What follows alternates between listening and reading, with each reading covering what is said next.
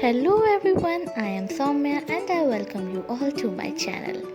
Today I am here to discuss with you all about our healthy diet.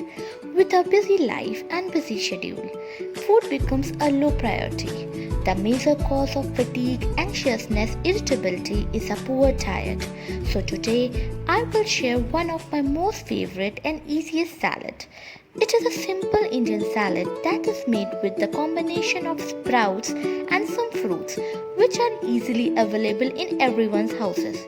And this sprout salad is healthy, quick, easy to make, high in protein and fiber, vegan, gluten-free. It is a perfect snacking, and not only you can have it in your breakfast but also a great side dish for every day's meal.